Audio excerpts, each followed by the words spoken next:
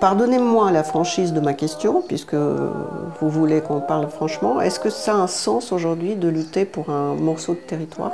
Et je pense que toute cette journalisme traditionnel, je pense qu'il vit ses derniers jours. Est-ce que l'Ukraine veut construire un État monoethnique? Peut-être l'Ukraine pourrait aider l'Europe à ouvrir les yeux vers les autres civilisations. Kolomoïski, c'est votre Khodorkovsky à vous? Je pense qu'on va assister à la fin du pape bientôt. Dans la culture occidentale, il y a une certaine courtoisie et la politesse qui est détestable chez nous.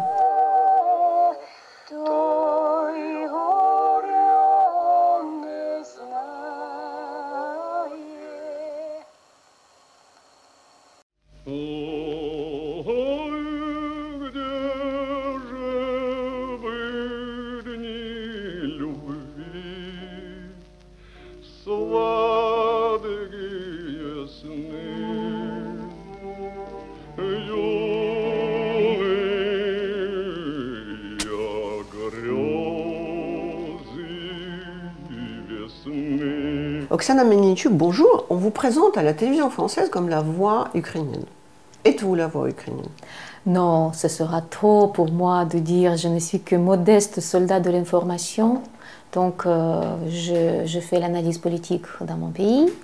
J'ai créé mon think tank pour accompagner les hommes politiques pour construire le monde meilleur. Mais c'est vrai que je suis connectée dans le milieu politique ukrainien, dans le milieu de société civile ukrainien. Mais dire que je suis voix de l'Ukraine, ce sera trop prétentieux. Vous dites soldat d'information. L'information, c'est une guerre? Bien sûr, on est en plein dedans. Je crois que cette guerre que nous assistons aujourd'hui, c'est la guerre comme Iliade. C'est une sorte de guerre métaphysique parce que c'est la guerre où il y a deux idéologies qui sont confrontées. Et bien sûr, quand on parle d'idéologie, l'information et la communication, c'est les premières armes de guerre idéologique. Pendant la guerre, il y a une notion de trahison. C'est-à-dire que si tu n'es pas avec les tiens, tu trahis les tiens. Normalement, c'est passible à une peine de mort. L'information peut-elle, dans ce cas-là, être objective?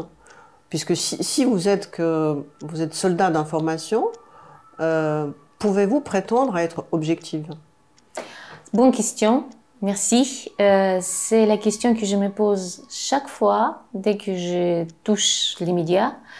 Et cette question, je me pose aussi quand je lis les médias, quand je regarde la télé, parce que il me semble que cette guerre, il nous impose les nouvelles règles de communication.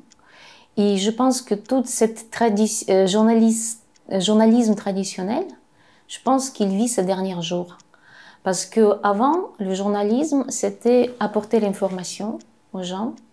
Mais cette guerre nous montre qu'apporter l'information, ce ne suffit pas. Il faut prendre la partie. Parce que sinon, tout de suite, on te demande, tu es de quel côté? Tu soutiens qui? À celui qui apporte l'information, on demande de quel côté tu es? Les spectateurs le demandent. Les spectateurs le demandent parce que quand le journalisme a développé, il n'y avait pas de réseaux sociaux. Donc, le rôle des journalistes, c'était apporter l'information, mais bien sûr, il y avait toujours le petit accent qui dirigeait quand même les spectateurs ou les lecteurs. Ça s'appelle la ligne éditoriale. Voilà, la ligne éditoriale. Là, avec les réseaux sociaux, maintenant, chacun son propre journaliste, chacun apporte les informations, mais chacun prend la position. Parce qu'en fait, les réseaux sociaux, c'est un moyen de s'exprimer et d'une sorte d'exhibitionnisme exagéré, parfois. Mais la présence des réseaux sociaux demande les journalistes classiques, c'est mon regard personnel, hein, peut-être je me trompe, mais il me semble que ça demande aussi de journalistes prendre la position. Parce que donner l'information, ce n'est pas suffisant. Chacun peut donner l'information. Chacun a un accès à l'information aujourd'hui. La question qu'on se pose aujourd'hui, qu'est-ce qu'on cherche dans cette information, la manière comment on interprète cette information. Et c'est ici quand la guerre commence.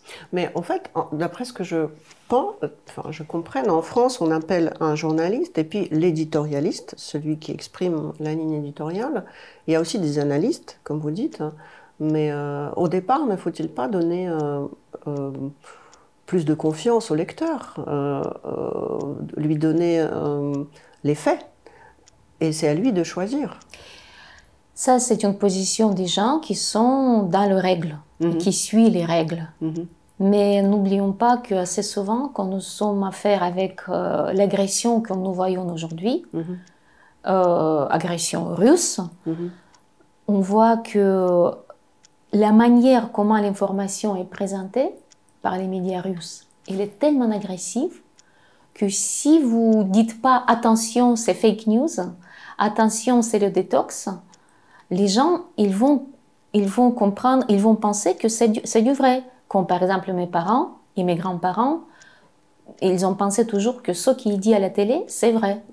Et ce qui se passe aujourd'hui avec la société russe, nous voyons bien à quoi ça, qu'est-ce que ça apporte en fait, cette propagande exagérée qui essaie de guider le spectateur et les lecteurs à suivre une certaine ligne éditorialiste.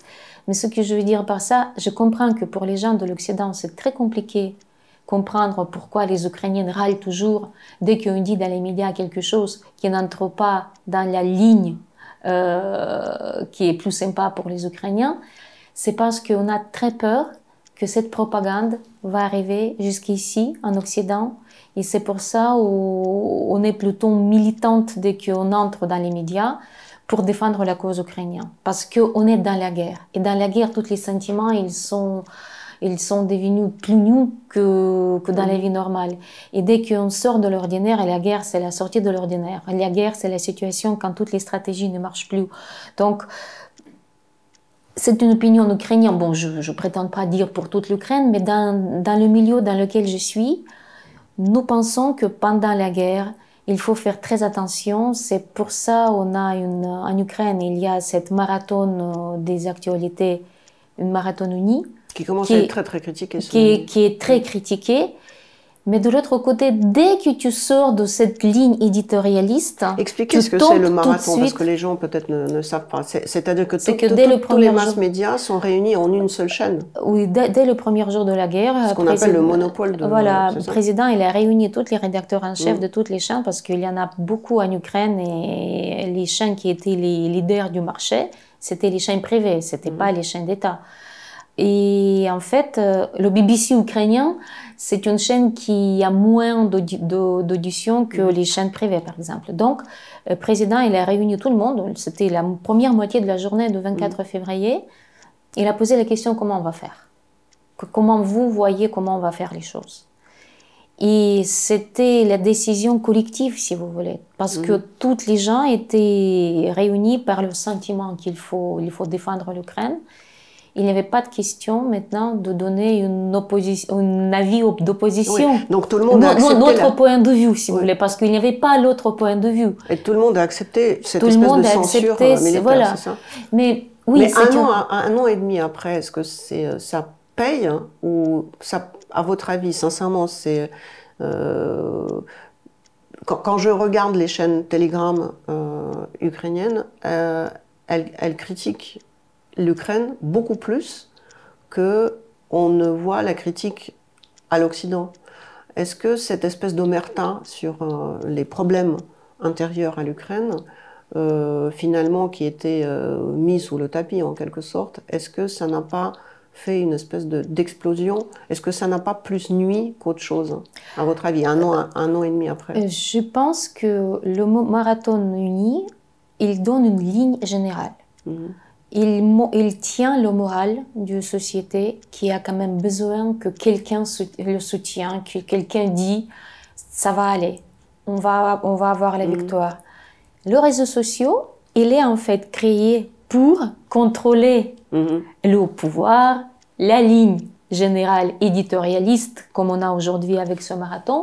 Et je pense que c'est très bien que maintenant il y a cette critique sur les réseaux sociaux, mais on le prend toujours comme une opinion privée, une opinion d'un groupe, tandis que les lignes générales doivent être intactes aujourd'hui. Les lignes générales, c'est la victoire de l'Ukraine.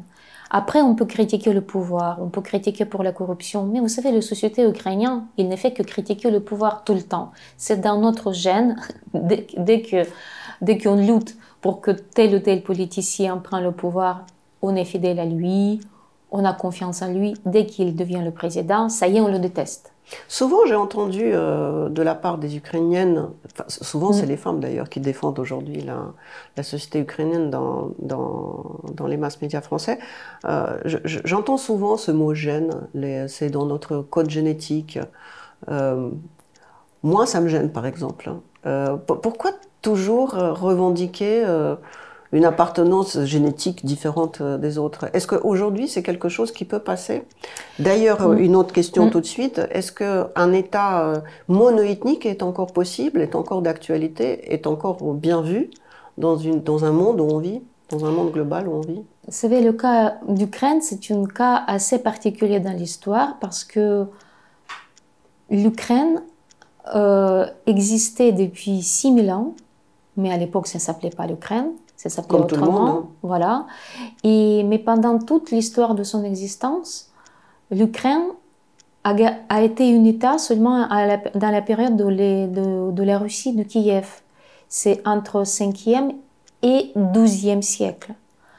Tandis que le reste du temps, l'Ukraine faisait partie soit de l'Empire, de la Reich Pospolita, de la Royaume de Pologne et de Lituanie. La partie de l'Ukraine était sous le protectorat militaire de l'Empire ottoman. On a été aussi, la certaines parties de l'Ukraine, comme l'Ukraine ouest, était sous la protection militaire de l'Austro-Hongrie, de l'Empire austro-hongroise. Donc, on n'a pas eu notre propre État dans le sens commun pour tous les autres pays. Mais l'identité ukrainienne était sauvegardée quand même. La société ukrainienne existait. Et c'est la société ukrainienne qui s'autogouvernait dans la forme de la République des Cosaques ukrainiens, de Cosaques de Zaporizhia. Donc, tous les États, tous les pouvoirs étatiques qui existaient sur notre sol, c'était l'État étranger. Donc, il est étranger à notre culture, étranger à notre coutume d'être gouverné, et était toujours vu comme un ennemi. C'est pour ça, dès que la personne elle monte au pouvoir, il est traditionnellement vu comme un ennemi de la société. Mais les traditions de l'époque ancienne, c'était l'époque avant de la Russie de Kiev, c'était la fameuse culture de Tripoli. C'est une très ancienne culture qui est connue dans le monde archéologique comme culture Cucuteni-Tripolier. Elle était contemporaine de l'Égypte ancienne, donc c'est une très ancienne culture. Et dans cette culture, il y avait cette organisation de l'État. Il n'y avait pas d'État, il y avait l'organisation de société qui gérait la société de telle manière pour contrôler qu'il n'y aura pas d'État, qu'il n'y aura pas d'autorité qui pourrait exproprier les biens et surtout le pouvoir de gouverner. C'est une histoire un peu complexe, mais c'est ça qu'on a sauvegardé, même dans l'époque des princes de Kiev, à l'époque du Moyen-Âge. Les princes, ils étaient votés. Il y avait le contrôle des sacerdotes pour savoir est-ce que le prince il est en compétence de continuer sa gouvernance. Et si la société, quels étaient les critères? Si la nativité dépasse la mortalité, s'il n'y a pas de famine, s'il n'y a pas de la guerre, le prince peut continuer son gouvernance.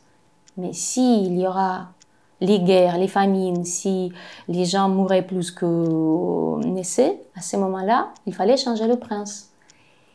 Et cette loi, elle existait jusqu'au Vladimir, grand prince Vladimir, qui a baptisé la Russie de Kiev, quand il a essayé de monopoliser le pouvoir à Kiev. Kiev n'a pas aimé ça. son fils Yaroslav, qui était éduqué par les sacerdotes avant chrétiens, il a restauré le pouvoir du vice, du voix du peuple, et ça s'appelait Maïdan. Donc, cette Maïdan dont vous connaissez d'aujourd'hui, en XXe siècle, c'est dans la tradition, c'est quand les sociétés ukrainiennes se réunissent devant le palais princier et devant une grande cathédrale ou un endroit de culte pour discuter est-ce que le prince mérite de continuer son pouvoir.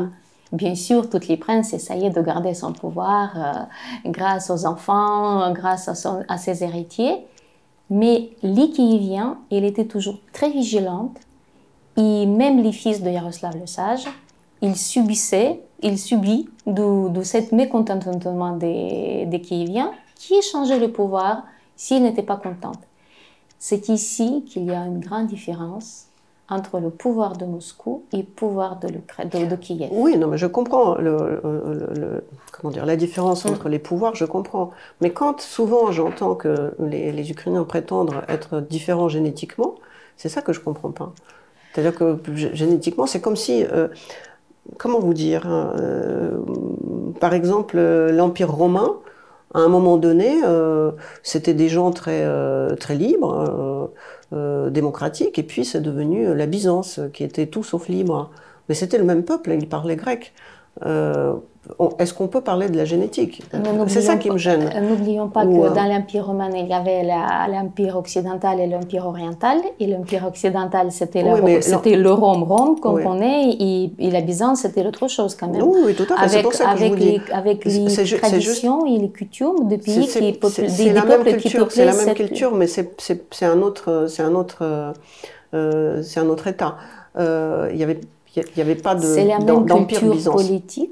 Mais ce n'est pas les mêmes traditions et les coutumes. Ce n'est pas les mêmes croyances. Mais donc vous pensez que l'Ukraine, génétiquement, est différente du reste du monde? Non, pas du reste du monde. Non, je n'ai pas dit ça. Je dis que quand je dis génétiquement, j'ai essayé d'expliquer qu'il y a certaines coutumes et traditions que l'Ukraine a sauvegardées depuis les siècles, les millénaires.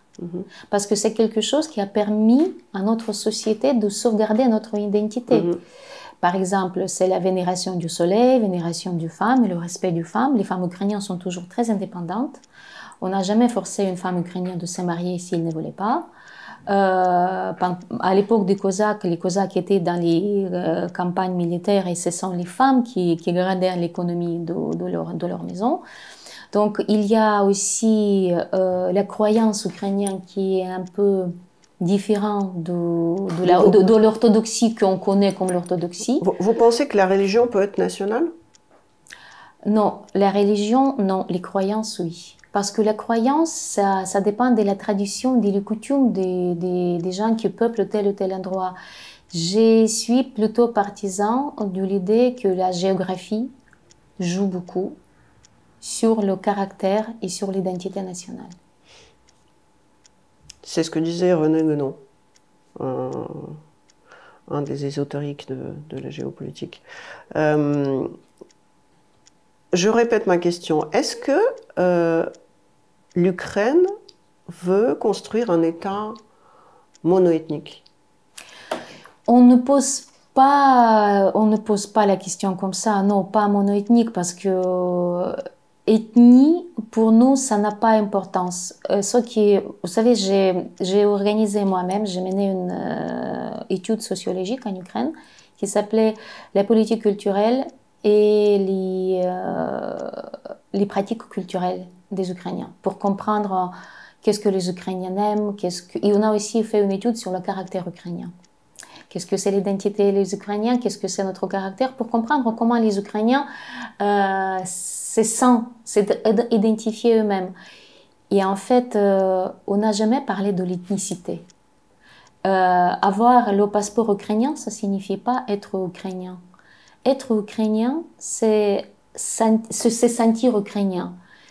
Et se sentir ukrainien, c'est être libre. La liberté, c'est notre religion. C'est être libre arbitre de soi-même, de ne jamais soumettre à quiconque. On a le proverbe chez nous qui dit dès que vous avez 2 Ukrainiens, vous avez 3 Hetman. Hetman, c'est le chef d'État de Cosaque.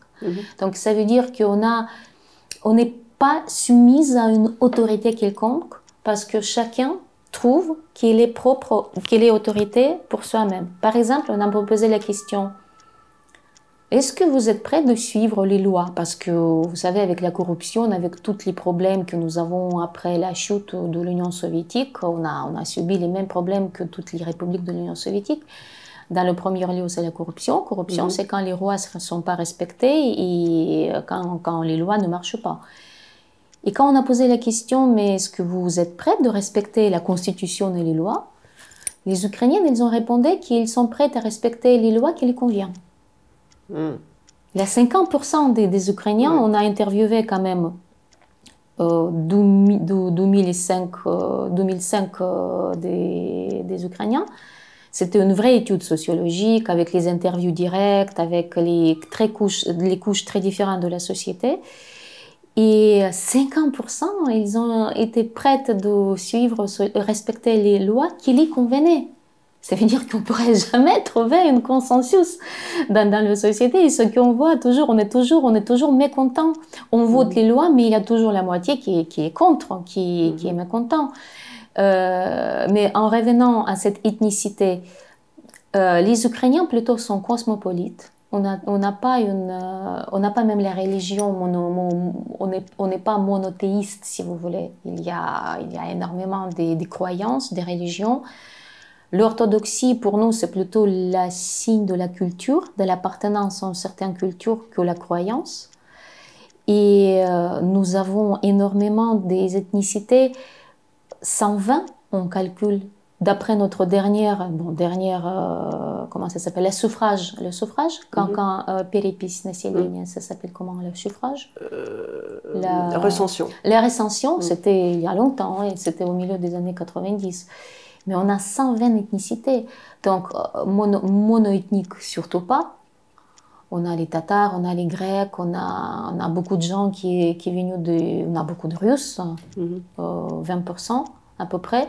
Mais aujourd'hui, quand vous demandez comment vous vous ressentez, tout le monde, 98% se ressent comme les Ukrainiens. C'est la guerre qui a fait ressentir tout le monde comme les Ukrainiens. Donc, être les Ukrainiens, c'est être libre, être un peu anarchiste. On est très anarchique quand même. Voilà, cette questionnement sur les lois, on a eu beaucoup de questions. Hein. Ce n'est pas une seule question sur les lois. C'est ce que les Russes disent sur eux aussi. C'est que d'un côté, c'est un peuple anarchiste et d'un autre côté, c'est un peuple archi-étatique. Mais ce que je ne comprends pas, si le peuple veut être libre à tel point, dans ce cas-là, comment expliquez-vous qu'on ferme les frontières et on ne laisse pas les gens partir et décider pour eux s'ils veulent ou pas faire la guerre? La frontière est actuellement fermée pour les hommes, et si je comprends bien, on discute de la fermer pour les femmes aussi. Comment le peuple qui veut être libre et qui ne compte que sur les lois, qui les regarde, peut accepter une telle mesure? Il y a une sorte de contrat social entre la société ukrainienne et l'État ukrainien. Cet contrat social, il était assez simple. C'était avant le Maïdan de 2014. C'est que le pouvoir, vous nous laissez tranquille. On s'en occupe par nous-mêmes. On se donne la réponse à toutes nos questions. Et nous, on ferme les yeux à tout ce que vous faites. Mais la société était très présente pour les questions majeures d'orientation de notre futur. On voulait absolument être associés, revenir, si vous voulez, dans nos familles de l'Europe, parce qu'on ne se sentait pas du tout, on n'a pas senti l'appartenance à la Russie, à l'Empire russe. Pour nous, la Russe, c'était toujours les barbares, les gens qui volaient notre histoire, qui volaient même le nom de notre pays, de la Russie de Kiev. Mais c'est une longue histoire, c'est un sujet peut-être de l'autre discussion. Mais en fait, ce contrat social, il était violé par le président Yanukovych. Et depuis, c'est la société ukrainienne qui assure la gouvernance, si vous voulez. C'est nous qui avons formé l'armée. Je participais très activement à la formation de l'armée nouvelle de l'Ukraine. On a cotisé, chacun a cotisé dans notre armée. On a investi beaucoup pour que notre armée soit bien formée, bien éduquée, qu'il y aura les réformes dans cette armée. On a quand même réussi à mettre la pression sur les présidents pour changer les ministres de la Défense qui, sous le contrôle de la société ukrainienne, n'étaient pas convenables. Voilà, donc, et maintenant, quand la guerre est éclatée, bien sûr, il y a une partie de la population qui a peur de la guerre et qui est en train de fuir. Je parle des hommes. Pourquoi on ne les laisse pas partir? Parce qu'il faut dans ce contrat social, il y a une obligation de défendre le pays. Et si tu ne défends pas ton pays, tu ne peux pas être citoyen. Maintenant, il y a une nouvelle discussion autour de nouvelles propositions de loi que tous les hommes qui sont fuis la guerre doivent être expatriés. Non, pas expatriés. Ils peuvent rester où ils sont, mais ils doivent rendre leur passeport ukrainien. Ils vont perdre la citoyenneté. Normalement, il était question de les expatrier. C'est l'Autriche qui a refusé d'ores et déjà de le faire. Il y avait une question qui était posée par l'Ukraine d'expatrier ceux qui sont partis. Peut-être cet esprit de l'arbitre, libre arbitre de soi-même, oui, d'accord, on ne va pas vous expatrier, on ne va pas vous forcer à aller sur le front parce que ça ne sert à rien de mettre quelqu'un sur le front s'il ne veut pas se battre pour son pays. À ce moment-là, tu n'es pas citoyen de l'Ukraine. Et vous savez, j'ai du mal à juger ça parce que moi, je suis partie aussi de mon pays. Tandis que je pourrais rester, je pourrais prendre l'armement. D'ailleurs, mon autre question, si jamais demain, ça va être obligatoirement pour les femmes aussi, vous allez revenir? Je vais revenir, bien sûr. Votre fille aussi? Je ne sais pas, il a 16 ans. Je ne sais pas, c'est à elle de décider. Je ne vais pas la forcer, mais s'il décidera de revenir... Elle n'aura pas le choix? Aujourd'hui, il me dit qu'il aimerait bien faire les études en France, mais il aimerait bien rentrer en Ukraine pour construire la vie là-bas. Mais pas pour aller au front? Pas pour aller au front. Et comment faire alors? Je ne sais pas, je n'ai pas de réponse à cette question. Moi, j'ai peur, je ne cache pas, j'ai peur. Je suis très pacifiste dans mon esprit. Je pense que j'aurai du mal à tuer. Ça veut dire que je vais être tuée en première, parce que j'aurai du mal peut-être à tirer. Tandis que je suis quand même pour finir la guerre avec la victoire de l'armée, parce que je pense que la défaite de l'armée russe, c'est une seule condition de la paix après la guerre. Parce que si on ne fait pas la défaite de l'armée, si le régime poutinien ne sort... Et la défaite de l'armée russe va provoquer la défaite du régime poutinien.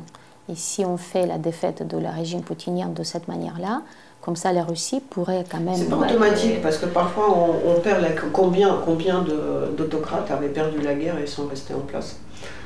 Il y avait des exemples comme ça, malheureusement. Mais perdre la guerre ne veut pas dire... Je crois que le temps change et que quand même il y a aussi ce qu'on appelle l'univers qui progresse. Il y a un esprit collectif, je crois à cet esprit collectif.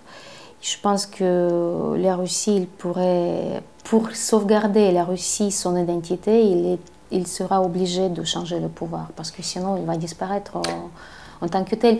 Ce que nous voyons aujourd'hui, à mon regard, c'est le génocide du peuple russe aussi, par son gouvernement. Non, mais ça, je veux bien le croire. Est-ce que aujourd'hui, l'Ukraine, c'est une dictature militaire? Non. Non? Non, parce que, vous savez, j'étais témoin, mon mari, par exemple, il est mobilisé par sa propre volonté. Et c'était la décision de notre famille, en fait, parce que le premier jour de la guerre, la première question qu'on s'est posée, c'est où prendre l'arme. Mais c'est mon mari qui m'a dit, mais il n'y a pas de question que tu partes. Et tous nos hommes, ils nous ont dit que les femmes, vous prendrez les enfants et vous nous libérez la ville, parce que ce sera plus facile de se battre. Laissez-nous faire notre travail. Dans la société ukrainienne, la femme n'était jamais considérée comme quelque chose de faible, mais c'est quelqu'un qui est beaucoup respecté. Oui, mais aujourd'hui... Il y a d'ailleurs 30% de l'armée ukrainienne, ce sont les femmes aujourd'hui. Mais les hommes n'aiment pas le fait qu'il y a les femmes, parce que les femmes, c'est avant tout les êtres humains qui portent des enfants. Donc il faut sauvegarder les femmes surtout, pour qu'ils puissent faire naître les autres Ukrainiens. C'est pour ça nos hommes, ils nous ont dit, vous dégagez, vous laissez-nous travailler, c'est notre travail à nous.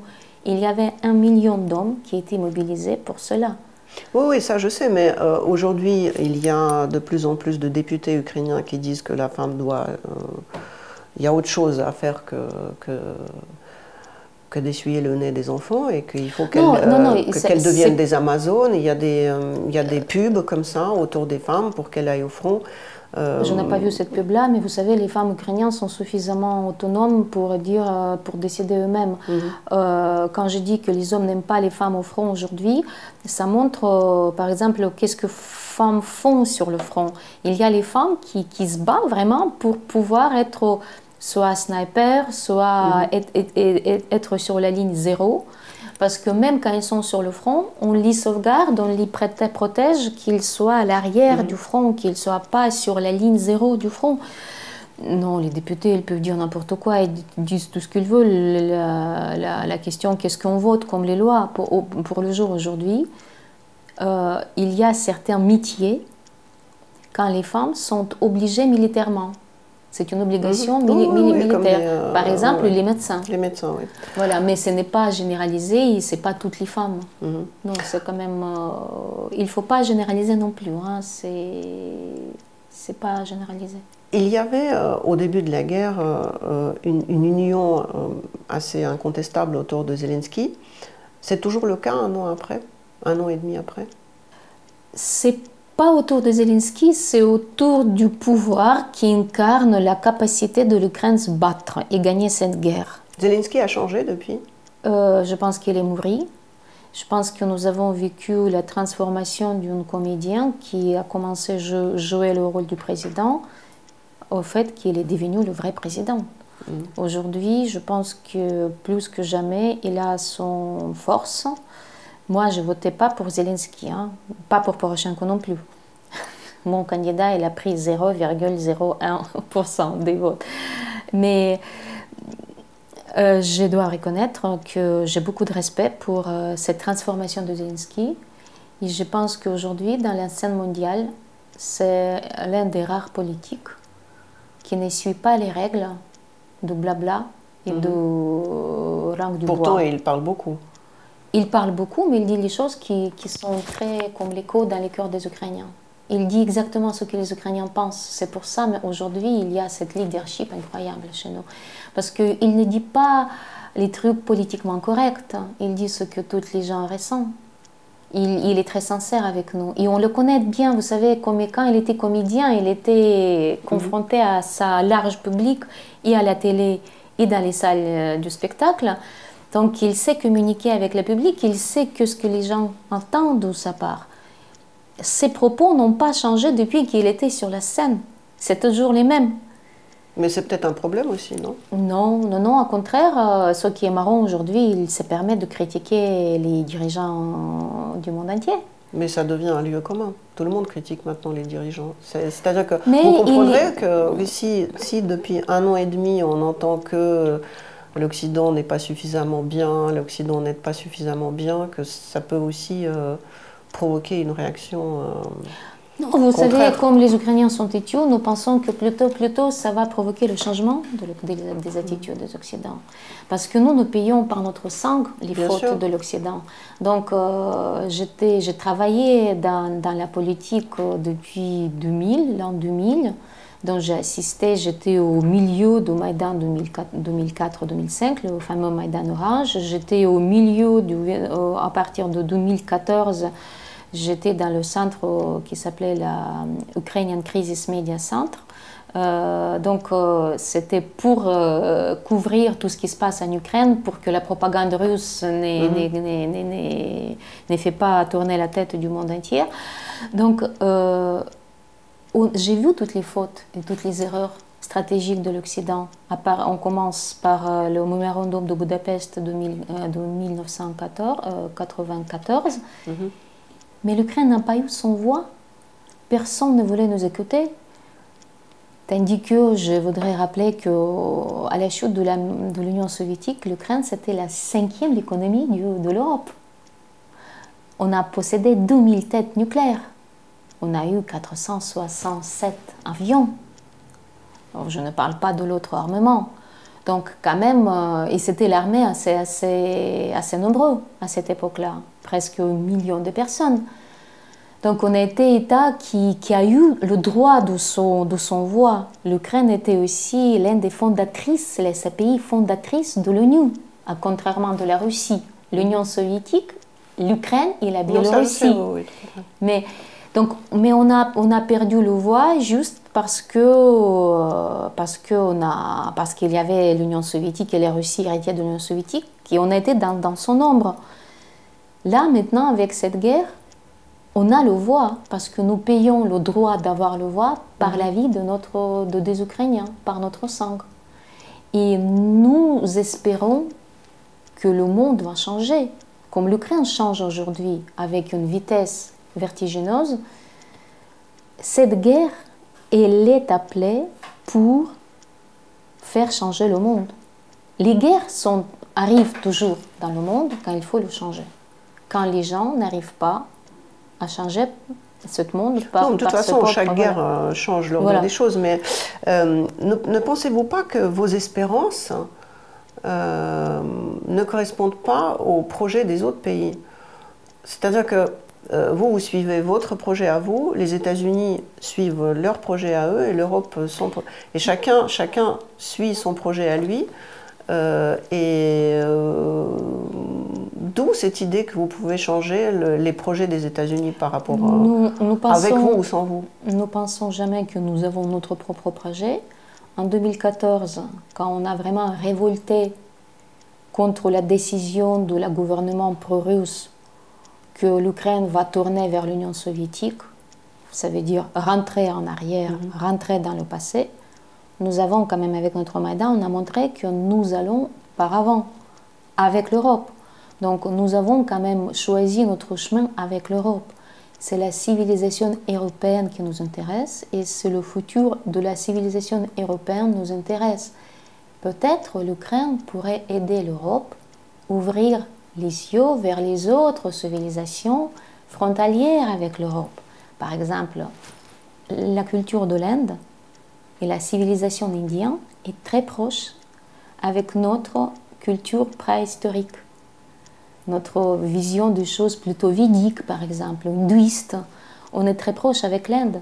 D'ailleurs, l'Inde a ouvert ses premières universités Ayurveda en Ukraine en disant que ce sera le pont entre notre culture et l'Occident pour trouver le langage commun.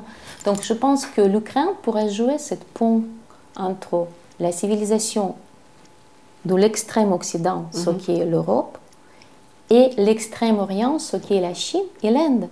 Mais en fait, c'est ce que la Russie prétend faire. Mais avec le BRICS et tout. C'est exactement le discours de Poutine. Les moyens de la Russie, ils sont échoués parce que les moyens d'agresseurs, ce n'est pas les moyens de la discussion. C'est maintenant que l'Ukraine, elle était assez modeste dans ses propos. On voulait juste joindre l'Europe dans laquelle on a été pendant l'époque du Moyen-Âge. Même quand on était avec Reich Pospolita en Pologne et Lituanie, on a été dans la famille européenne. Après, avec la venue du protectorat russe, je rappelle que c'était un accord purement militaire, c'était le protectorat militaire, sous le prétexte que les peuples, les orthodoxes doivent se réunir contre les catholiques. Et à la fin de cet accord militaire, les Russes ne sont jamais partis de l'Ukraine. Voilà, c'est une autre histoire. Donc, mais on ne prétend pas s'opposer ni en Europe, ni à un pays comme la Chine et comme l'Inde. Vu que nous avons la vision des choses plutôt irrationnelle, peut-être nous pouvons aider l'Occident de revenir vers cette perception du monde irrationnel qui était très présente dans la philosophie de la France avant l'époque de Lumière. Donc, je pense que nous sommes maintenant dans le sujet très métaphysique, en fait, avec cette guerre. Parce que cette guerre, elle sort de tout ce qui est rationnel. Et il touche Vous en êtes sûr? Moi, je pense qu'au contraire, elle est très, très rationnelle, cette guerre. Non, il y a le côté rationnel de cette guerre, et c'est le côté matérialisme, du matérialisme. Mais les Ukrainiens, on dépassait le côté matérialisme. Parce que si on est resté dans le côté matérialiste irrationnel, tout le monde est parti. Et personne ne restait pour défendre l'Ukraine. Donc c'est une guerre de religion? Non, ce n'est pas la guerre de la religion, c'est la guerre de l'idéologie. Je pense que la religion, dans son sens comme on connaît aujourd'hui, c'est fini. Je pense qu'on va vivre, on va assister à la fin du pape, bientôt. Et l'institut de la religion aujourd'hui, les institutions de la religion d'aujourd'hui, je pense que ça va s'écrouler bientôt. Moi, je pense que ça va juste déménager dans une autre partie du monde. Non, je suis plutôt optimiste. Je crois à l'univers et je ne suis pas globaliste dans le terme actuel de terme, mais je suis universaliste. Je pense que toute l'humanité, nous faisons un seul corps, un seul cœur, une seule âme.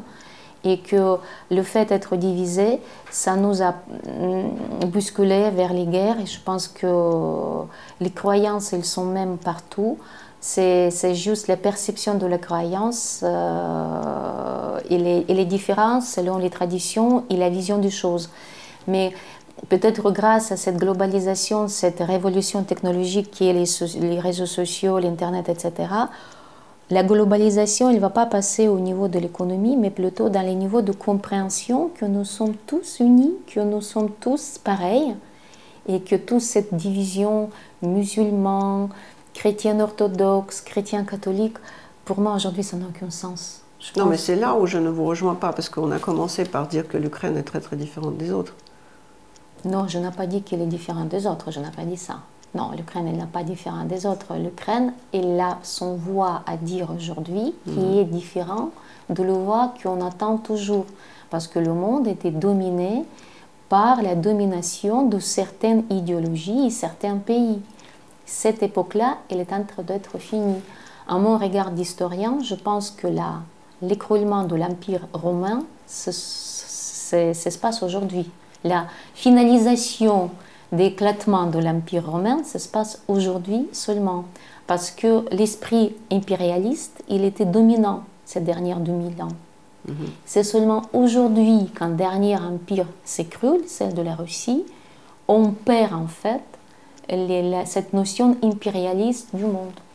Et je pense que l'Ukraine, qui n'a jamais eu son État, n'a jamais su qu'est-ce que c'est cet esprit impérialiste, peut-être pourrait apporter le goût fraîche dans cette vision du monde.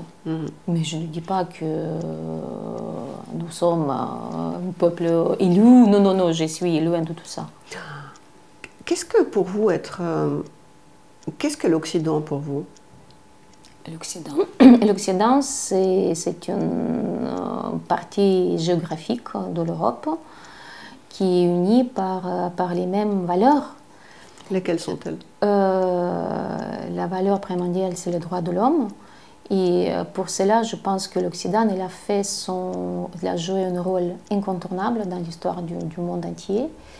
Mais le problème, c'est qu'on a du mal à comprendre que pour respecter les droits de l'homme, il faut être mûr. Peut-être la société doit mûr, parce que respecter l'autre personne, ça veut dire se priver de sa propre ego, de son propre égocentrisme.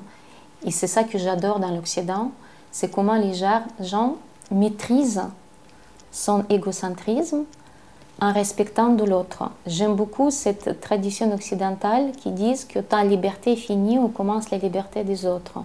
Or, dans les sociétés orientales, à laquelle l'Ukraine appartenait quand elle était dans l'Union soviétique et sous l'Empire russe, c'était plutôt l'idéologie quand tu n'es rien, c'est la société qui veut quelque chose, tu ne fais qu'une petite partie, une vis, comme une petite vis dans une grande machine. Et cet non-respect de l'individualisme, de l'individualité et de la liberté de l'autre, c'est ça qui provoque les tyrannies. Et imposer la démocratie à la société qui n'est pas mûre pour la démocratie, c'était peut-être un peu l'erreur des stratégies de l'Occident qui ont mené sur les sols de certains pays. Je pense que nous devons avoir la période de transition des sociétés qui sortent du despotisme. Par exemple, regardez la Chine, 6000 ans d'histoire alignée, sans rupture. Le fait qu'il vote toujours, qu'il choisit toujours son empereur, soit sous la guise des empereurs classiques, soit sous la guise du chef du parti communiste, peut-être c'est parce que la société n'est pas encore mûre, n'est pas prête pour vivre dans la démocratie. Parce que la démocratie, c'est un travail quotidien, c'est pas acquis. Voilà, je me suis lancée dans mes réflexions, dans mes propres réflexions. C'est juste les réflexions, mais il me semble que nous devons moins imposer sa vision du monde aux autres pays, mais nous devons être très vigilantes pour tous ceux qui les acquis démocratiques dans nos propres pays. Nous devons savoir se défendre.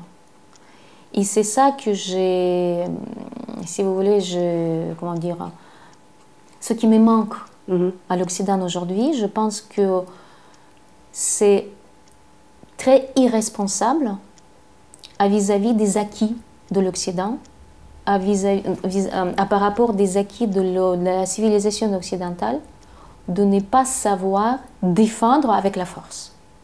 Pourtant, si vous voulez entrer dans l'OTAN, c'est que vous reconnaissez que l'Europe sait se défendre. Sinon, pourquoi vouloir aller dans l'OTAN?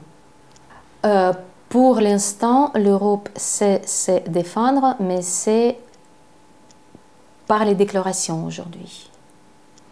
C'est vrai que la peur, c'est une arme assez forte. C'est très machiavéliste, hein, cette peur, qui gère la peur, gère le monde. Aujourd'hui, malheureusement, la peur est gérée par Poutine. Et ce que je rapproche à l'Occident, c'est que ne pas avoir assez de fermeture, de sentir une certaine peur vis-à-vis de Poutine. Tandis que c'est exactement ce qu'il ne faut pas avoir aujourd'hui, parce que l'Occident est suffisamment forte, et c'est pour ça qu'on reconnaît que l'OTAN est suffisamment forte pour tenir face devant les menaces russes.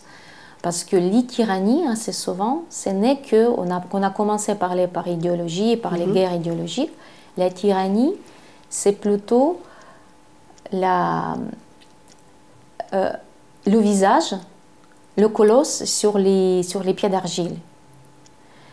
La tyrannie, c'est une décision d'un petit groupe de gens, une seule personne. Tandis que la démocratie, c'est la force de tous.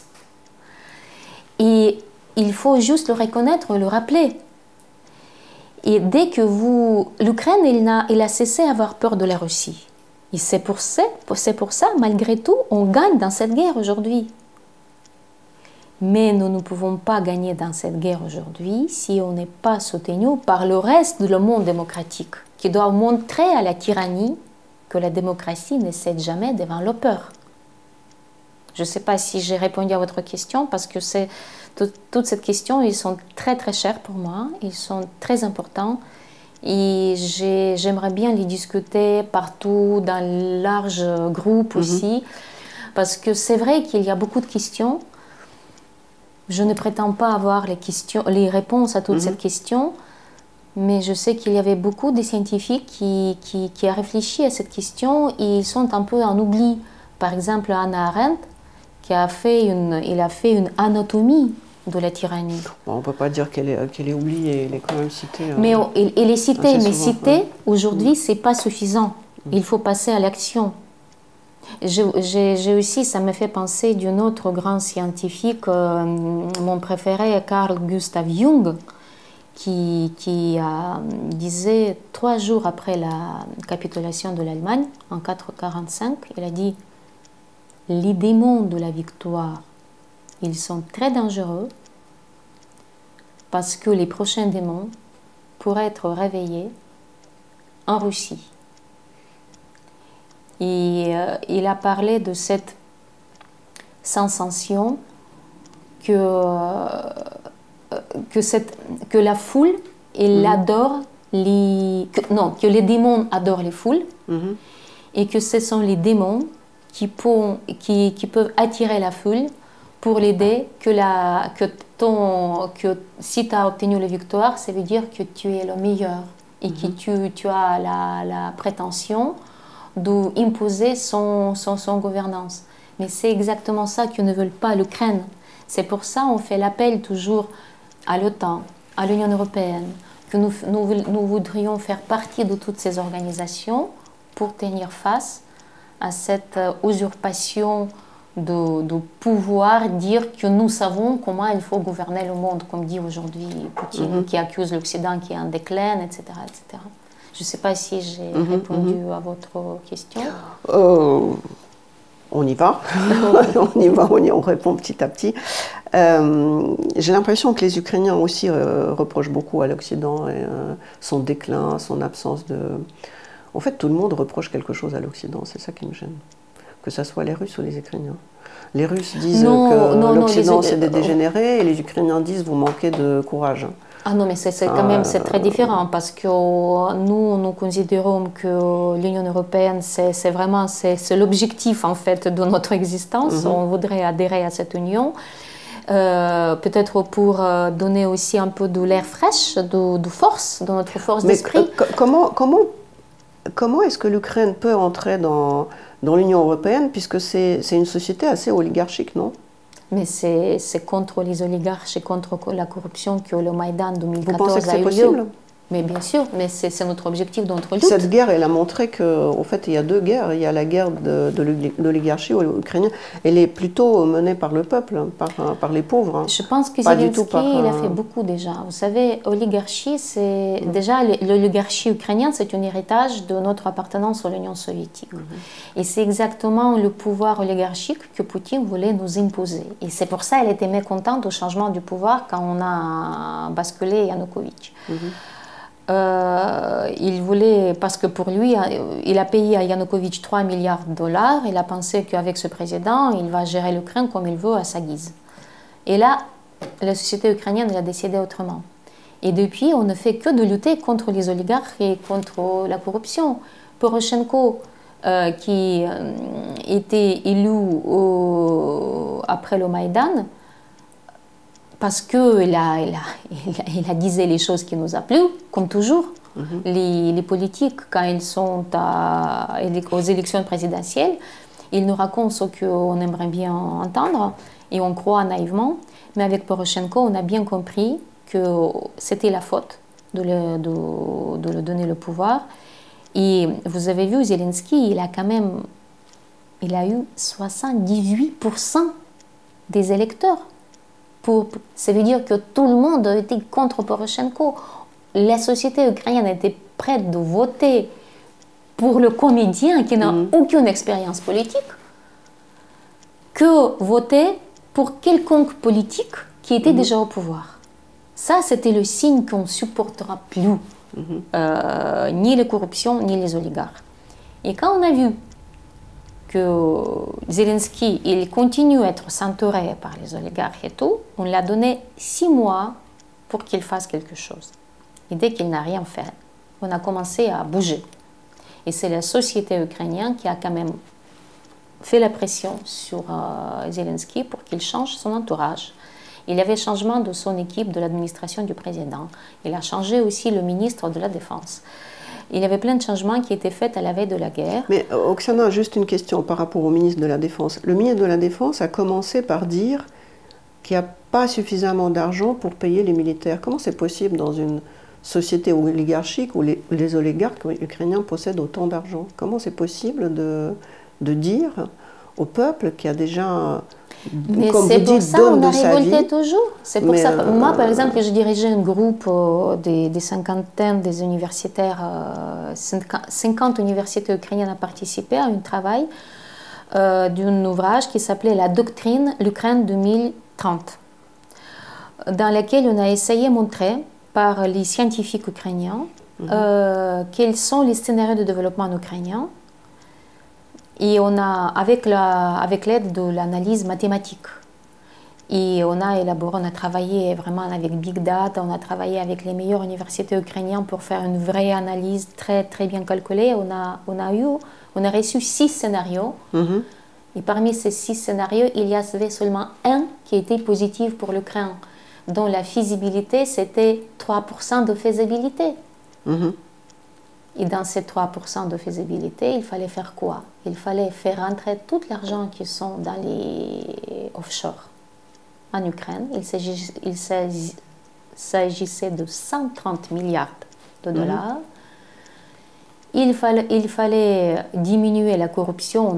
On a imposé les indicateurs de diminution de la corruption parce que la corruption, c'est quelque chose qui existe partout. C'est les mesures de la corruption qui sont importantes. Il y avait aussi 25% de l'économie ukrainienne qui était mangée par la guerre qui existait depuis 2014. Donc, il y avait plein de recettes, mais la faisabilité était 3%. Pourquoi?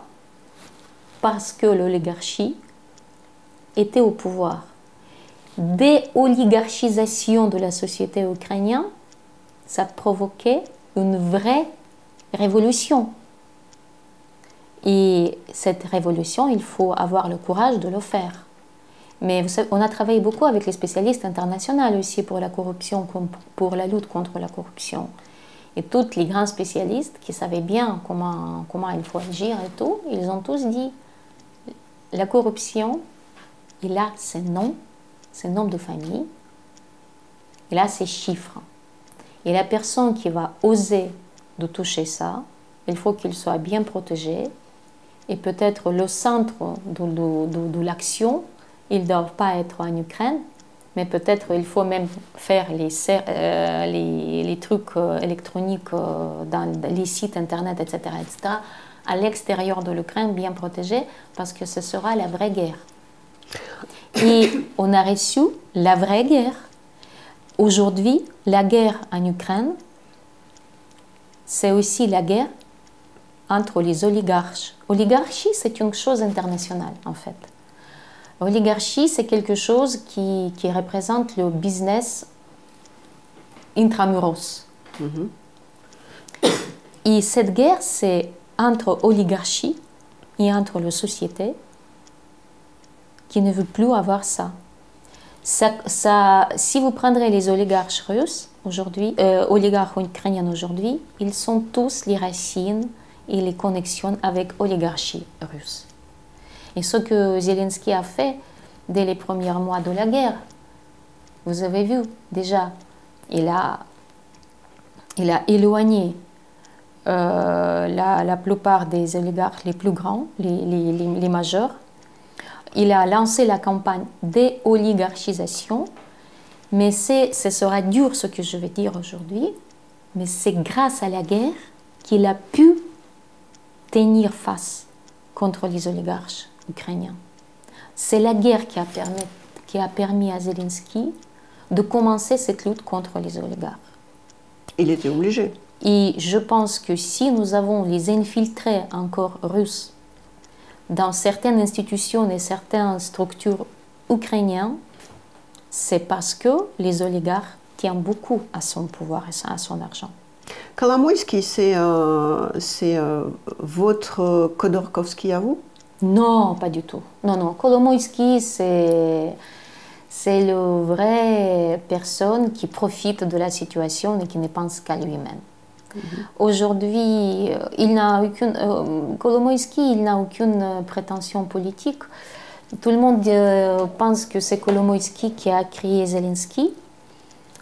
Mais j'ai l'impression que Zelensky, il a profité de cette attitude de Kolomoïski pour tenter son chance.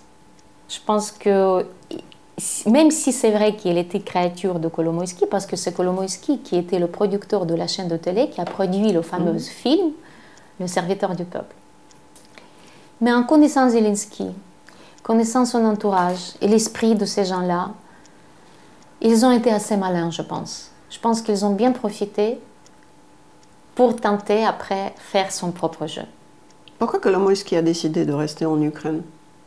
Mais parce que il y a deux pays où ils peuvent être à l'abri, c'est l'Israël et l'Ukraine. Ils pouvaient être à l'abri. Non, mais est-ce que ça ne veut pas dire qu'il va trouver un emménagement plutôt en Ukraine que... Non, mais aujourd'hui, il est déjà arrêté. Et nous pensons... S'il n'a pas payé sa caution, c'est qu'il ne veut pas aller aux États-Unis, il ne veut pas être extradé. Je pense que la question d'aujourd'hui, c'est l'extradition de lui aux États-Unis. Et je pense que Kolomoïski, c'est une maillon forte de toute cette chaîne des liaisons corruptionnelles de l'oligarchie ukrainienne avec l'oligarchie russe. Qu'est-ce que vous attendez de cette histoire entre Kolomoïski et Zelensky? Je ne sais pas. Je pense que logiquement, ce sera... Quelle est la bonne solution pour Zelensky? Je pense que vu l'aide considérable des États-Unis pour l'Ukraine, si les États-Unis demandera extradier Kolomoïski, il faut l'extradier aux États-Unis.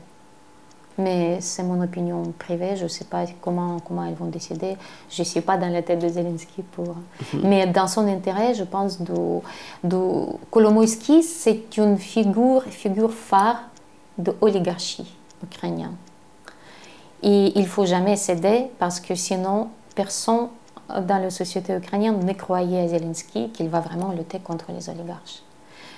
C'est, si vous voulez, cette histoire, l'affaire de Kolomoïski, disons comme ça, l'affaire de Kolomoïski, c'est une affaire de la guerre, c'est un tournant de la guerre contre la corruption en Ukraine. Et dans l'intérêt de Zelensky, gagner cette guerre. Il n'est pas cédé à Kolomoïski. Est-ce que, en trahison en quelque sorte, ils étaient très très proches, est-ce qu'il ne va pas se faire beaucoup d'ennemis, Zelensky? Vous savez, avec cette guerre, je pense que Zelensky, il a déjà tellement des ennemis partout qu'une plus, une moins, ça ne compte pas. Zelensky, il a bien compris, c'est ça que je respecte beaucoup dans cet homme, c'est quelqu'un qui sait changer et transformer. Et je pense qu'il a bien compris qu'être président d'un pays libre est beaucoup plus à l'honneur et digne qu'être serviteur des oligarches et des intérêts. Je pense que Zelensky, aujourd'hui, il parle des valeurs et pas des intérêts.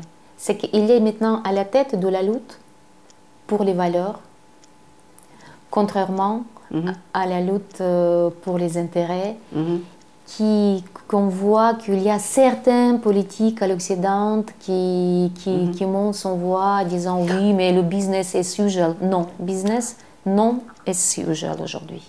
À propos des valeurs, est-ce que c'est normal que quand on limoge un ministre pour, appelons le chat pour la corruption, on le place, ou on veut le placer comme ambassadeur de l'Ukraine en Grande-Bretagne?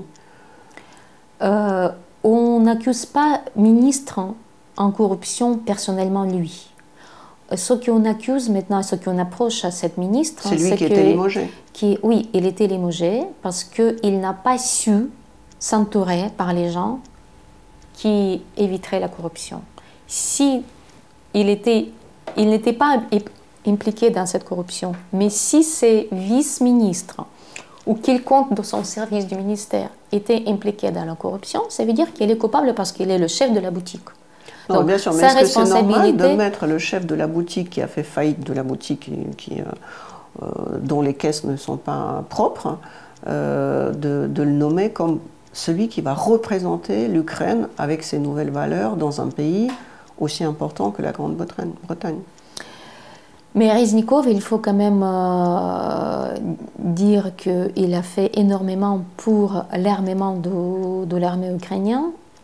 Il y avait 4 sociétés d'audit américains qui ont travaillé dans le ministère de la Défense ukrainienne. On n'a pas constaté la corruption en ce qui concerne l'armement. Ça veut dire qu'on ne peut pas faire coupable Reznikov pour la tradition corruptionnelle qui existait dans son ministère depuis la nuit des siècles, parce que l'armée, c'est toujours un endroit où la corruption est très, très, très répandue. Et vu quand même les mérites de Reznikov pour tout ce qu'il a fait pour organiser toute cette fournissement, on dit, pour fournir l'armement en Ukraine, il a quand même gardé très bon contact avec ses homologues qui ont la confiance en lui. Vu que notre société, il est presque, n'a pas de société, mais les ministères ukrainiens héritiers de tous les régimes précédents, ils sont quand même les otages presque de la corruption. Mais on ne peut pas accuser de la corruption chaque ministre nouveau qui entre dedans. On ne peut pas l'accuser des anciens. Oui, tout à fait. Mais Oksana, on a souvent parlé dans d'autres endroits, y compris sur les plateaux de télévision, où parfois on est ensemble, que le point faible de l'Ukraine, c'est la diplomatie. Et que le point fort des Russes, c'est la diplomatie. Comment peut-on nommer comme ambassadeur, donc un diplomate, quelqu'un qui est accusé d'une manière ou d'une autre du seul crime ou du seul défaut qu'on accuse aujourd'hui l'Ukraine. C'est-à-dire que personne ne conteste l'héroïsme du peuple, cette espèce de courage et tout. La seule chose qu'on reproche aux Ukrainiens, c'est ça. Et donc quelqu'un qui est limogé autour de cette affaire devient diplomate. Vous savez, je vais répondre de ma propre part. Hein. Je ne prétends pas commenter les décisions du président. Je pense, en tant qu'Ukrainien, je connais très bien Reznikov. Je sais que c'est une parfaite diplomate et c'est une parfaite avocat. Je sais qu'il a travaillé beaucoup, il a fait beaucoup pour l'Ukraine.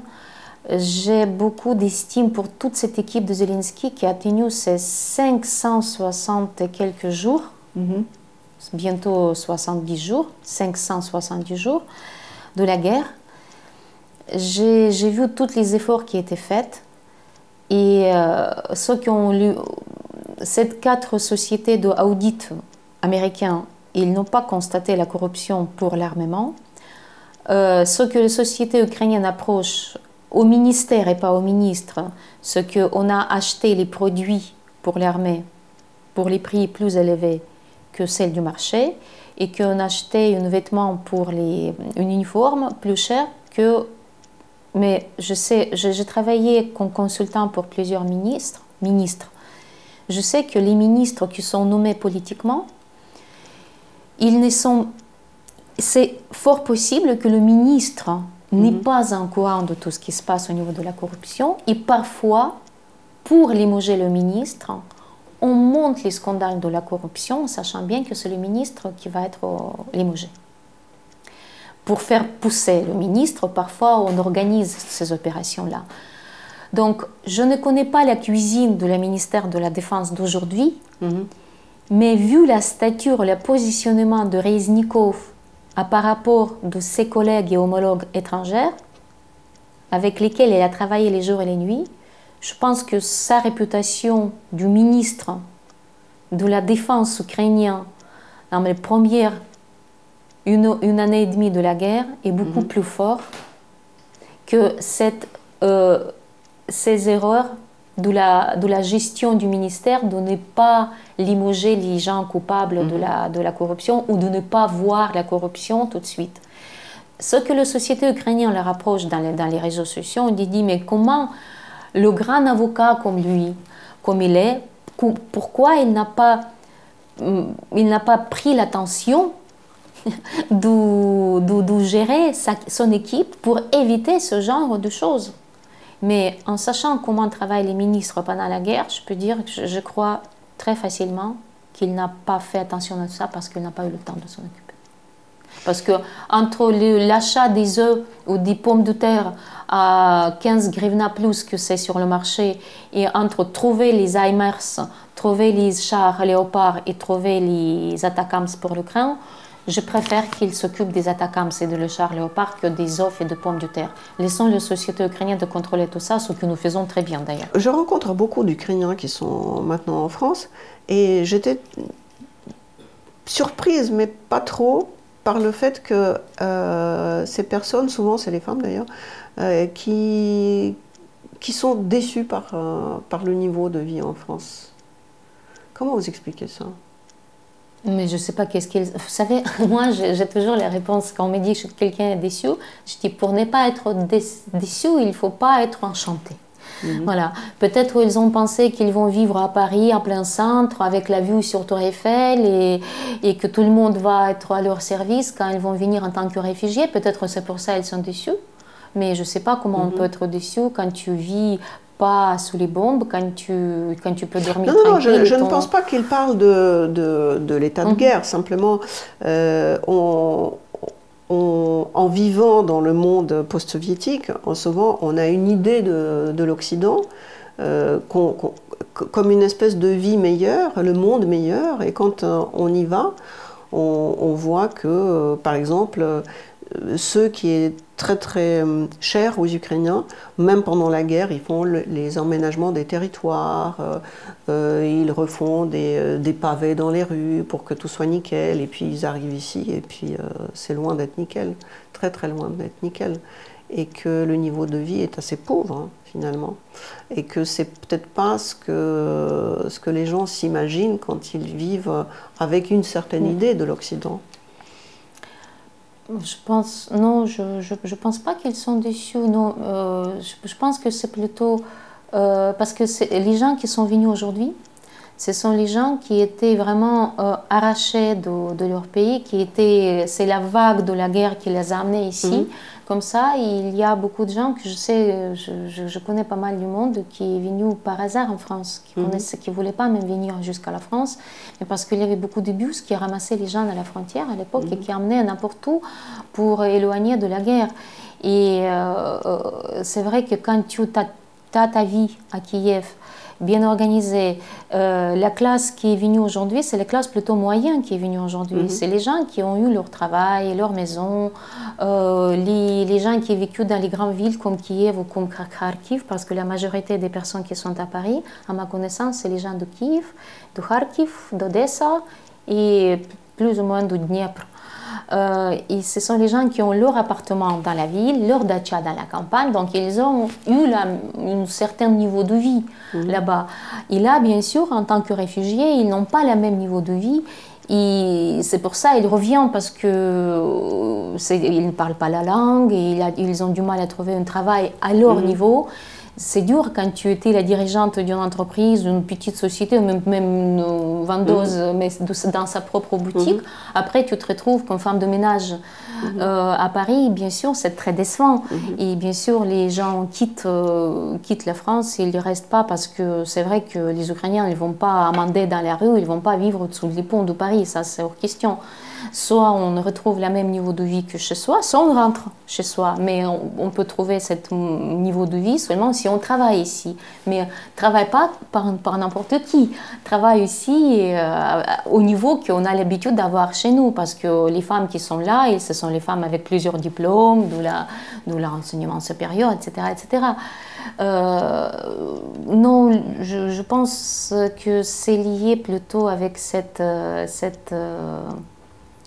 condition de retrouver... Les Ukrainiens sont les êtres humains plutôt reconnaissantes. Et s'il ne plaît pas quelque chose, on part chez soi. C'est toujours, on préfère, c'est bien, on dit chez nous, chez les autres c'est bien, mais chez soi il est mieux. Et si tu n'aimes pas quelque chose, tu rentres dans ton lit, dans ta cuisine, dans ton village, dans ton jardin. C'est vrai que les choses qui nous frappent parfois, c'est que, je ne parle pas de l'Occident, je parle de la France, que les Français ne se rendent pas compte qu'ils vivent dans un pays presque paradisiaque de notre point de vue. Ils râlent toujours, ils ne sont jamais contents de ça. C'est ça qui nous surprit. Les Français, c'est vrai qu'ils sont connus pour être à l'heure. Vous m'avez dit, et je sais par ma propre expérience aussi dans les réseaux sociaux, il y a beaucoup de gens qui reprochent aux Ukrainiens d'être arrogants. Qu'est-ce que vous répondez à ces gens-là? Être arrogant? Aux Ukrainiens d'être arrogants? Oui. Je ne comprends pas le mot exact du mot arrogant. Je sais que c'est le même rapproche qu'on a eu par rapport au président Macron. J'ai essayé de comprendre qu'est-ce que c'est le mot arrogant. qu'est-ce que ça signifiait pour les Français. Ce qui me rapproche à moi, ce que je dis les choses comme je pense. C'est bien de dire les choses comme on pense. C'est dans la culture des C'est fructueux, ça. C'est dans notre culture ukrainienne. Mais est-ce que c'est dans la culture occidentale? Dans la culture occidentale, il y a une certaine courtoisie et la politesse qui est détestable chez nous. La diplomatie, c'est l'art quand même qui est né en France. La courtoisie, la diplomatie, ce sont les produits de luxe françaises. Mais quand on touche les réels politiques, la langue du bois et la courtoisie et la politesse deviennent fatigants. Parfois, je préfère qu'on me dise indirectement ce qu'on pense, à part la courtoisie, en hésitant de me dire la vérité, parce que je n'ai pas le temps. La vie de l'Ukraine aujourd'hui est entre la vie et la mort. On n'a pas le temps pour courtoisie. Si vous nous donnez l'armement, dites-nous que vous nous donnez l'armement et vous le faites. Si vous ne pouvez pas le dire, dites-nous, on a peur des Russes et c'est pour ça qu'on ne va pas vous donner l'armement. Il faut pas, c'est ça qu'on approche aux Occidentaux. Et si nous sommes arrogants, c'est peut-être parce qu'on ose de dire les choses claires directement. Mais dans la société ukrainienne, il est très mal vu de ne pas dire la vérité aux gens. On dit toujours, il n'a pas l'idée sur le dos. Ça veut dire qu'il dit ouvertement. Il n'est pas avoir l'idée sur le dos, ça veut dire être sincère. Les Ukrainiens plutôt sincères. Peut-être c'est notre naïveté. On croit toujours qu'ailleurs le monde est meilleur. Et quand, en vivant un certain moment, pas en tant que touriste, mais en tant que réfugié politique, on voit que le monde n'est pas meilleur ici, qu'il est pareil comme chez nous, peut-être on essaie de dire, et quand on dit ça, on prend ça comme une arrogance. Peut-être que c'est comme ça, je ne sais pas, peut-être que je me trompe, mais je le ressens comme ça. J'ai mesure à qui je peux dire quoi. Je sais qu'à mes amis, je dis toujours, je commence ma phrase comme ça, je suis sincère avec vous, je voudrais vous dire cela. Et si je vois que dès le début, la personne ne me capte pas, que je le mis mal à l'aise, je finis, je ne continue pas. Ou il me dit non, je préfère de ne pas entendre parler de ça. Mais dans la plupart des cas, ça marche bien. Mais à la télé, ça ne marche pas toujours bien. J'avais aussi que les médias n'aiment pas ça. Je suis Oksana, quelqu'un qui est né dans un pays, qui a grandi dans un autre, En fait, j'ai pas de maison. Jamais eu de maison. Enfin, j'ai pas de patrie, si j'ose dire. Et d'autant plus, je ne comprends pas la notion de frontière dans un monde global dans lequel on vit, que ça soit bien ou pas. J'ai l'impression qu'on vit là où bibene et bipatria, là où c'est bon de vivre, c'est ta patrie. Pardonnez-moi la franchise de ma question, puisque vous voulez qu'on parle franchement. Est-ce que ça a un sens aujourd'hui de lutter pour un morceau de territoire? Mais on ne lutte pas pour le territoire. Je reviens à par quoi on a commencé. On lutte pour la liberté et pas pour l'Ukraine. On lutte pour les valeurs européennes, de le respect du droit de l'homme, de le respect de notre propre choix, de la liberté de l'individualité. Est-ce que l'Europe vous a demandé de faire ça? Mais peut-être c'était trop naïf de notre part, mais on a pensé que l'Europe va nous soutenir parce que nous partageons les mêmes valeurs. Et que c'est avec le drapeau européen que les étudiants ukrainiens sont sortis dans le Maïdan. Moi-même, j'ai tenu le drapeau européen. Parce que les Ukrainiens ont toujours été attachés aux valeurs de l'individualité et de la liberté. Et c'est la liberté sur les barricades d'Eugène Delacroix qui nous a inspirés. C'est la France qui nous a inspirés d'ailleurs pour cette liberté. Parce que quand on a voyagé en Europe, on a vu cette liberté d'expression, cette culture de la liberté, cette civilisation, cette richesse de cette culture. Parce qu'il y avait la liberté de l'esprit, il y avait la liberté de l'expression. C'est pour tout cela qu'on a lutté. On voudrait adhérer à tout cela, on voudrait partager tout cela. Et c'est avec cette culture-là que la nation et la culture ukrainienne étaient nées. Parce que je rappelle, à Moyen-Âge, la Russie de Kiev faisait partie d'une grande empire byzantin. Mais peut-être que le contribuable français ne veut pas juste payer les drapeaux de Maïdan. C'est le contribuable qui paye votre désir d'appartenir à ce monde libre. Et quand contribuable français, je pourrais rappeler que quand l'Union soviétique s'écroulée, pour le grand plaisir de tout le monde, l'Ukraine était 5e économie du monde et elle a possédé beaucoup de têtes nucléaires. Et pour la nuit tranquille des contribuables occidentaux, l'Ukraine a refusé de ces 2000 têtes nucléaires. Et il a détruit par ses propres mains 467 avions à la demande de l'Europe. C'était la demande de la communauté européenne de faire ça pour que les contribuables n'ont jamais peur des menaces nucléaires. Parce que la menace nucléaire de l'Union soviétique était basée sur le sol de l'Ukraine. C'est d'où l'Ukraine, il devait envoyer tous les missiles nucléaires en Europe. L'Ukraine, elle a rendu tout ça pour que les contribuables dorment tranquillement. Tandis qu'on pourrait bien garder toutes ces têtes nucléaires, on pourrait bien garder tous ces avions, etc. etc. Et on ne sait pas si la guerre froide pourrait terminer ainsi. Et on ne sait pas si on pourrait toujours dormir tranquillement et avoir 30 années tranquilles et glorieuses et développer ses économies. Donc je pense que nous sommes tous soudés l'un et l'autre. Et nous payons maintenant par notre chair, par notre sang, par nos enfants. Parce que Poutine ne va jamais s'arrêter sur la frontière ukrainienne. Il faut le comprendre une fois pour toutes. Poutine, il ne veut plus avoir l'Occident. Poutine, il veut l'Union soviétique de l'Ural jusqu'à la Manche, et ça jusqu'à l'Atlantique. Et ce n'est pas les paroles de Gaulle, le grand Europe de l'Ural jusqu'à l'Atlantique. Ce sont les paroles de Zhukov quand il a proposé à Staline que l'armée rouge, l'armée soviétique, va jusqu'à l'Atlantique. Il a eu toutes les possibilités d'aller jusqu'à l'Atlantique. Si les Américains ne débarquaient pas en Normandie, ils n'arrêtaient pas l'armée soviétique, ou il était arrêté en Allemagne de l'Est. Voilà, donc tout est uni comme yin et yang. Donc les contribuables payent par l'argent ce que les Ukrainiens payent par leur vie aujourd'hui.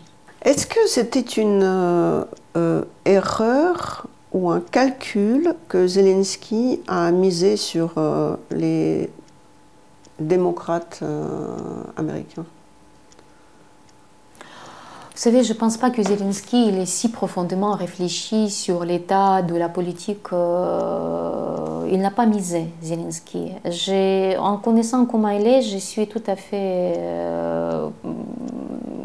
consciente de penser que tout ce qu'il fait, c'est assez spontané. Ce n'est pas les calculs.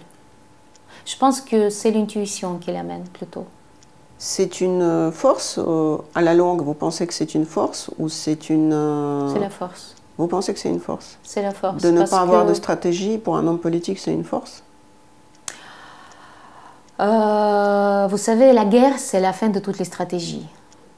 Maintenant, ce n'est pas l'homme politique qui mène la stratégie, c'est la guerre qui nous amène. C'est l'armée maintenant, c'est les généraux maintenant qui font la stratégie, ce n'est pas les politiques. Vous pensez vraiment? Non, mais je le sais. Si vous lisez l'art de la guerre chinoise, c'est clair et net. La guerre, c'est la fin de toutes les stratégies politiques. Et pendant la guerre, c'est les généraux qui mènent la stratégie. Stratégie, c'est le mot militaire, en fait. Je ne sais pas pourquoi, je pense qu'au contraire, c'est une guerre profondément politique, à ce stade. Il était profondément politique, bien sûr, mais il y avait quelques erreurs stratégiques qui étaient commises à mon regard par les politiques occidentaux. Et je parle en premier lieu d'Angela Merkel. Je trouve que les présidents français étaient un peu faibles pour contredire aux Allemands, qu'ils se laissaient faire un peu. Et je pense que la faiblesse de l'Europe, comment dire, c'est lassé par la parapluie américaine, par la parapluie. On était tranquille et commode. C'était confortable de rester sur la parapluie militaire de l'OTAN et des États-Unis. On n'a pas pensé à ses propres armées et on n'a pas vu qu'en Russie, au milieu des années 90, il y avait une vraie révolution criminelle et qu'ils ont une affaire avec les criminels et avec les mafieux. Il n'y a pas aux politiques. Ça, c'est une approche, mais l'histoire ne connaît pas un conditionnel. Donc, oui, c'est vrai. Nous devons vivre avec ce que nous avons aujourd'hui. Et aujourd'hui, nous devons gagner cette guerre pour que le régime criminel soit défait. En un an et demi, est-ce qu'il y a une chose que vous êtes sûr d'avoir changé dans votre analyse, quelque chose que vous regrettez, une opinion sur laquelle vous êtes revenu? Y a-t-il quelque chose que vous pensez autrement au bout d'un an et demi? Non, depuis le début de la guerre, non, je n'ai pas changé les avis, mais la chose dont je regrette, ce n'est pas aller beaucoup plus active avant pour quand même pour essayer de changer la stratégie de l'Occident. On a été trop naïfs en Ukraine, on a compté trop sur l'Occident, tandis qu'il fallait renforcer notre propre armée, il fallait renforcer notre propre puissance, il fallait jamais vendre notre armement à droite et à gauche, comme c'était le cas, il fallait jamais rendre l'armement nucléaire. Voilà, c'est ça que je regrette. Je regrette de notre naïveté de croire aux aides des autres, tandis qu'il faut toujours compter sur ses propres forces d'abord. Maintenant que l'économie ukrainienne est quasiment à moitié détruite, est-ce que c'est encore possible? Ou c'est trop tard maintenant? Bien sûr, il faut finir la guerre d'abord, mais il faut dès aujourd'hui déjà, et ce que le président Zelensky fait avec mon respect et mon adoration, il n'a pas attendu la fin de la guerre pour lutter contre la corruption. Est-ce que, sans parler de la Constitution, oublions la Constitution, Zelensky devrait faire une élection ou pas? Maintenant, pour avoir l'approbation de son peuple, comme le veulent les États-Unis. C'est une discussion qu'on peut imaginer qui est le plus discutée aujourd'hui dans la société ukrainienne. Et on ne sait pas qui pourrait le remplacer. Comme ça, juste pour vous citer quelques propos qu'on tient dans la société, dans les réseaux sociaux, Zaloujny, ce sera un superbe président. Mais on sait bien que Zaloujny, c'est le militaire, il ne pouvait être jamais le président. Mais de l'autre côté, on disait que Zelensky, c'est le comédien, il ne pouvait jamais être le président. On ne sait pas. Mais on sait bien que soit Zaloujny, soit Zelensky devaient rester après la guerre. Parce que leur autorité pourrait permettre de vraiment faire les choses dures, faire une thérapie lourde pour l'économie, pour que ça tienne. Parce que ce sont les gens à qui on a confiance. S'il y avait un reproche à faire, vous avez passé un an et demi en France, s'il y avait un reproche à faire à la France, ça serait lequel? Vous savez, quand tu es réfugié dans le pays, tu n'as pas les reproches à faire. Un regret? Un regret, c'est douter de la faisabilité de la victoire de l'Ukraine. Vous pensez qu'ils doutent, les Français? Je pense qu'il y a, dans certains milieux politiques, il y a encore le doute que la victoire est possible parce que la Russie, elle est indéfaitable. Je pense qu'il y a une croyance que la Russie, c'est quelque chose d'absolument intouchable. Et c'est ça qui est très décevant, c'est voir comment c'est dur psychologiquement pour certains politiques français accepter que Poutine va perdre. Je sais qu'on reproche souvent, vos compatriotes surtout, reprochent souvent à la France sa façon d'être pendant la Deuxième Guerre mondiale. Vous aimez souvent parler des doctrines militaires, vous citez les Chinois. On dit qu'il y a toujours le choix si vous êtes prêt à perdre. La France, pour gagner, elle a perdu. Vous, les Ukrainiens, vous ne concevez pas cette façon de gagner? Non, pas du tout. Non, je pense que la comparaison n'est pas possible comme ça, parce que la France est un grand État qui existait depuis très longtemps, avec un État qui c'était un grand empire, avec beaucoup de colonies, etc., etc. La France pourrait se permettre. L'Ukraine, non. C'est la guerre existentielle pour nous. On ne peut pas permettre à céder 1 millimètre de notre territoire. D'autant plus que Poutine, son objectif, c'est exterminer l'existence de l'Ukraine. Hitler n'a jamais eu comme objectif exterminer la France et Paris. Donc non, la comparaison, elle est impossible ici. On parle souvent du gel, d'une possibilité de gel pour juste se reposer, reprendre des esprits et puis se renforcer peut-être. Souvent les Ukrainiens disent que si on s'arrête, si on gèle maintenant, c'est absolument pas possible. Pourtant aujourd'hui, l'Ukraine a encore des réserves. Faire un gel quand il y a encore des réserves, ça vous laisse le temps peut-être de vous renforcer. Tandis que si vous faites le gel quand il n'y a plus rien, là c'est sans solution. Vous savez, vous ne pouvez pas arrêter le tigre quand ils sont. Vous ne pouvez pas arrêter l'armée ukrainienne aujourd'hui. Si on a décidé de faire quelque chose, il faut qu'on le fasse. On ne va pas s'arrêter à moitié chemin. Parce que sinon, on va provoquer une autre guerre. Sinon, c'est nos enfants et nos petits-enfants qui vont mener la guerre. Cette guerre, elle va durer jusqu'à l'existence de l'impérialisme russe.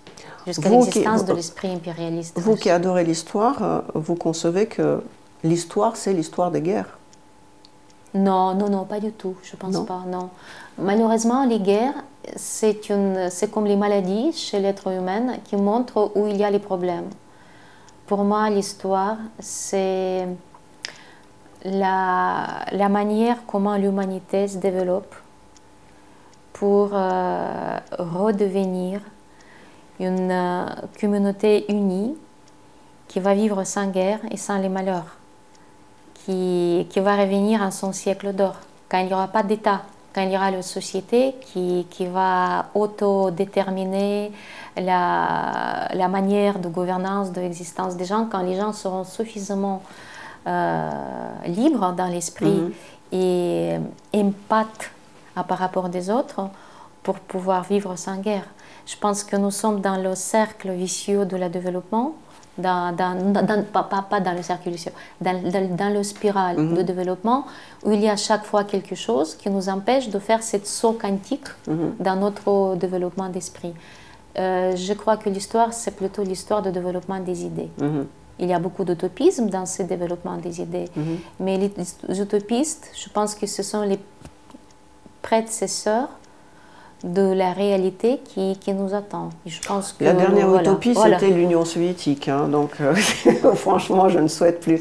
Ma dernière question, vous aimez la France, d'après ce que je comprends, et le grand pays qui est l'Ukraine, après, une fois la guerre gagnée, est-ce que l'Ukraine va devenir la terre d'accueil?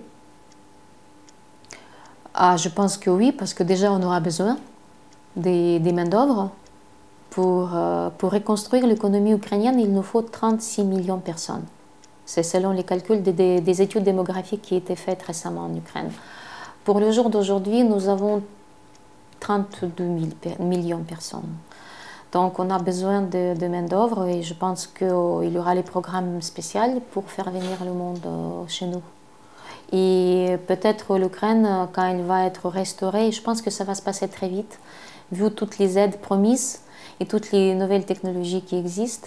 Je pense que ça va aller très vite et que les gens voudraient venir en Ukraine pour trouver le monde nouveau, pour avoir un air fraîche, peut-être, je ne sais pas. Parce que, vous savez, toute l'existence de l'Ukraine, c'est la société contre l'État. Et peut-être les gens, ils vont se réfugier en Ukraine pour trouver le monde libre. L'Australie, ça va devenir une nouvelle Australie, vous voulez dire? Pourquoi pas? Je ne sais pas. Non, ce sera la nouvelle Ukraine. La toute dernière question. Oui. Pour que les Russes aient droit de venir dans cette terre d'accueil, pour vous, il faut combien de temps? Vous savez, je pense qu'il faut calculer par les générations, parce que si je partage plutôt cette opinion de... Ça m'est sorti de la tête, un homme de grand politique et grand penseur indien, Gandhi. Gandhi, voilà, qui disait qu'il faut résister à la violence, pas violemment. C'est ça, comme on dit ça en français. Ненасильное сопротивление злу. Tolstoï disait la même chose, oui. Comment vous dites en français? La non-résistance par la violence. Non, ненасильственное сопротивление, la résistance aux violences, la résistance au mal, non-violente résistance, ouais, non-violente résistance au mal. Et pour passer à cette non-violence, il faut attendre que générations partent qui sont porteurs de certaines idées. Et ça prendra le temps. 40 ans. Ah bah le trotskisme, il a résisté 100 ans après. Hein, bon. Je ne sais pas, je n'ai pas de réponse. Et si j'aurais les réponses, je serais avec Zelensky à côté de lui et dans toutes les négociations internationales, je pense. Je n'ai pas de réponse à cette question. Merci, Oksana. Tout le plaisir est pour moi.